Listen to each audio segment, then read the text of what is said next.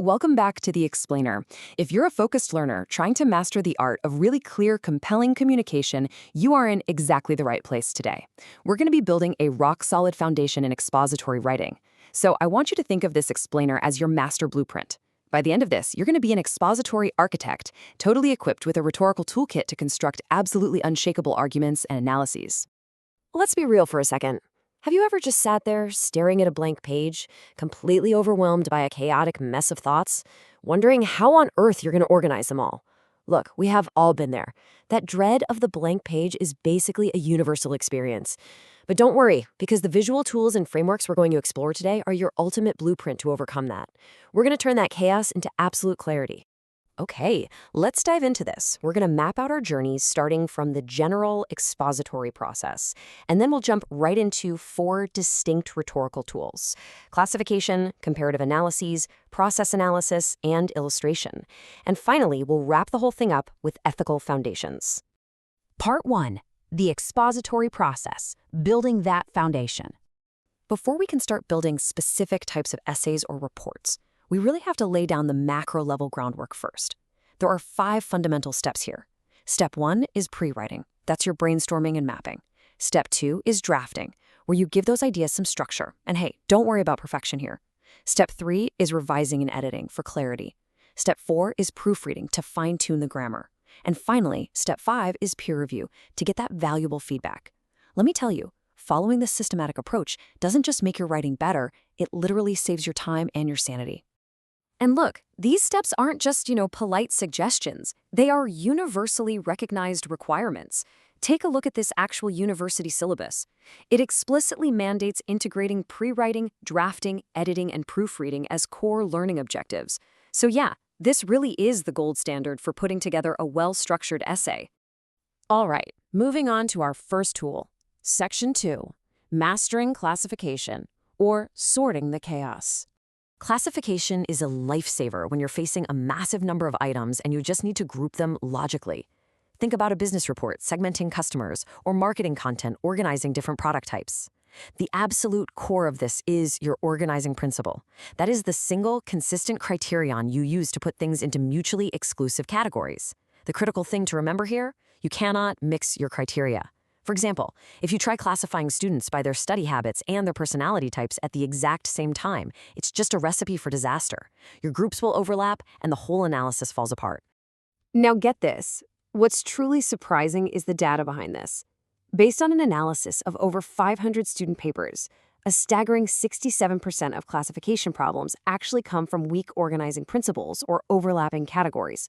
That means the vast majority of failures, they aren't about bad grammar or poor sentence structure. They're fundamental flaws in how the categories were set up in the first place. Your groups absolutely must be mutually exclusive. So once your categories are locked in, how do you actually write about them? Enter the PEEL method: point, evidence, explanation, and link. You start with a point, your topic sentence. Then comes the evidence, and this part is vital. You need concrete examples. I'm talking observable behaviors, specific numbers, real scenarios, none of those vague descriptions. Then you hit them with your explanation, analyzing why the example fits the category, and finally a link, which just transitions you smoothly into the next point. Section 3, Comparative Analyses. We are going way beyond apples and oranges here. A comparison really stops being just a random list of facts the moment you establish a meaningful frame of reference. There are 2 main ways to approach this. First, you've got the classic comparison.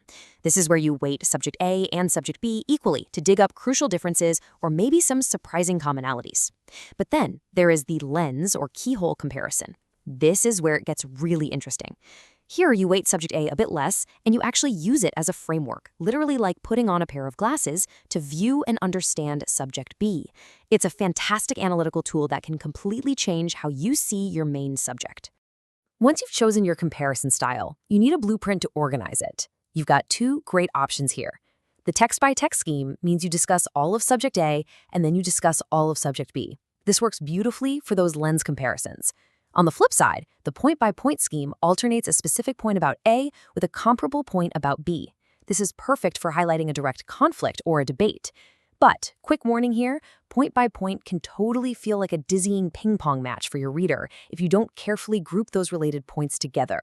Section 4, the process analysis. let's get some step-by-step clarity. Process analysis is all about chronological logic, and it splits into two distinct paths to either teach a skill or explain a phenomenon. First up is the directional process. This is essentially giving the reader instructions on how to actually do something, like a recipe for how to cook perfect grits. The goal is a tangible result. On the other side, we have the informational process. This explains how something works, like how a rocket engine operates. You're explaining a super complex mechanism that, let's be honest, the reader is probably never going to build themselves, but they still need to understand the exact sequence of events. Section 5. The power of illustration, making the abstract completely concrete. Illustration is practically a superpower when you need to make abstract ideas vividly real. Imagine just stating, students have too many distractions. Pretty abstract, right? To fix that, you can use descriptive examples, like just listing off cell phones and radios. Better, for sure. But what's even better than that? Narrative case examples, an actual real-life event. Imagine telling a quick little story about a student sitting in class, secretly texting her mom about dinner plans instead of paying attention. That mini narrative is infinitely more memorable and impactful than just throwing the word cell phones on a page. Ultimately, exemplification is all about giving your audience concrete representations of your abstract thinking.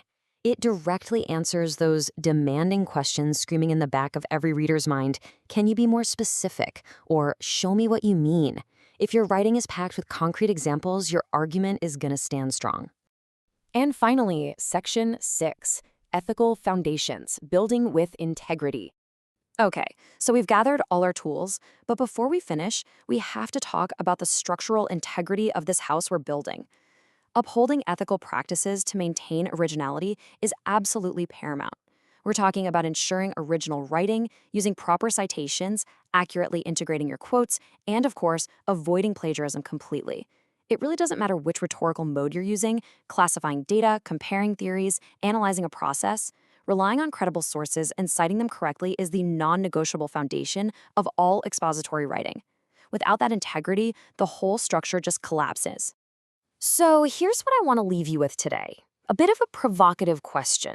How are you going to organize your next big presentation, or your next report, or even just a really crucial email using these rhetorical tools? The next time you're sitting there staring at that dreaded blank page, just remember, you aren't just writing words. You are an expository architect. Use this toolkit to bring order, logic, and brilliant clarity to whatever writing task comes your way next. Thanks so much for joining me on this explainer, and hey, happy building.